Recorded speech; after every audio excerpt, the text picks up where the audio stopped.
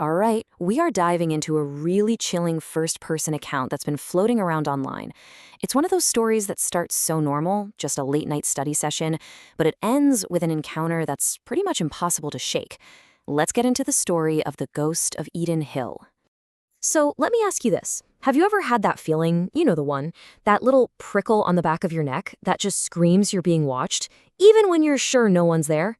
Just hold on to that feeling, because that's exactly where this story begins. So, our story kicks off in a place that should feel totally safe, right? A school library. We've got a student deep in study mode for final exams at Eden Hill School, and the library's staying open till midnight just for them. And our protagonist is just so deep in the zone, so lost in their books that they completely lose track of time. They look up and bam, it's 10 o'clock, way later than they planned. But they figure, hey, I'm almost done. I might as well finish up. And this is where the vibe starts to shift. A library that's usually buzzing with that quiet study energy is now dead silent. And it hits them. They are completely, totally alone. Right as they're getting back to their work, they hear it. A weird, rhythmic sound that just cuts right through that thick silence. It's the sound of someone limping right nearby. And that's it. That's all it took. Time to go now. So totally freaked out by that sound, the student slams their books shut, packs up, and just bolts. But that feeling of being watched, yeah, that doesn't stop at the library doors. The walk home is where things really, really go off the rails. Okay, so this is where the terror just ramps up, step by step. First, they see a woman just standing at the far end of the school hallway. Then they get to the exit, and poof, she's gone. Then, outside on the street, this long shadow appears out of nowhere, with nothing to cast it. And then the real horror moment. The figure's back, and this time she's walking directly in their path. Back in that corridor, the student, feeling super uncomfortable, actually calls out into the dark. But what do they get back? Nothing. The woman just vanishes. This only makes the dread so much worse before they even get outside. And to make all this even worse, the street itself just feels wrong. This is a street that's usually pretty busy, even late at night. But tonight, it is bizarrely, completely deserted. There's no one around to see this, no one to call out to. The world has just shrunk down to our student and this creepy presence. As the student gets closer to this figure on the street, the details start to become horribly clear. The woman's clothes are all tattered and dirty, her hair is a total mess, and her hands and feet, they look twisted, forcing her into this slow, painful limp. This isn't just some person out for a late-night walk. This is a seriously disturbing sight. And this is the moment, the confrontation. The student is absolutely trapped. They're too terrified to walk past this woman, but they are way too scared to turn their back on her. They're just frozen solid on the sidewalk only a few feet away. The woman stops, she turns, and she asks this one simple but utterly terrifying question.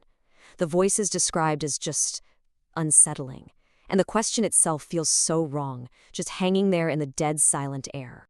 This is how the student described it. Not just fear, but complete and total shock. It was like a mental shutdown, where their brain literally could not process what was happening. In this moment of pure panic, all the student wants is for this woman to just leave. So they point, randomly, way down the street and just say, "Over there." It's a desperate, last-ditch effort to just get her away from them. And the woman, she actually limps off in the direction they pointed. The second she's out of sight, the student just runs for it. And that's when they hear it, a chilling scream from way off in the distance. But it's the words that are the truly horrifying part. She isn't here. After that, the student remembers nothing. So when the student finally comes to, they're at home. A neighbor had found them passed out on the street, and it's this neighbor who has the final, chilling piece of the puzzle, the local legend of the ghost of Eden Hill. You see, the story goes all the way back to 1998. There was a tragic accident at the school, and the fallout from that day, it's still lingering. They say a mother's spirit is still wandering the area, completely trapped by her grief. And the ghost, she has a name, Agatha. She was a mother whose 10-year-old daughter, a student at Eden Hill, died in a tragic accident right there on school grounds. Agatha, completely broken by the loss, is now the spirit that people see roaming the area, forever searching for her child. So let's just lay it all out. You have Agatha, this grieving spirit, and she's haunting the school and the streets around it. And her whole motivation, her reason for being there, isn't to be scary. It's just a desperate, unending search for the daughter she lost.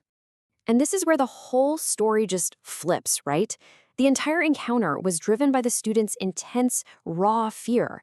But once you understand the legend, you realize there's this other, much more powerful emotion at play here, the ghost's incredible sorrow. And just like that, everything clicks into place. The student wasn't being haunted in some malicious way. They just happened to cross paths with Agatha during her endless search. That question, where are you going? And that final heartbreaking scream, she isn't here, it all suddenly makes perfect, tragic sense. So this leaves us with a final thought. The ghost of Eden Hill isn't just some spooky story to tell in the dark. It's a legend that was born from profound grief. It really makes you wonder, doesn't it? How many other ghost stories, how many local legends aren't actually tales of horror at all, but are really just the echoes of a tragedy that time can't seem to heal?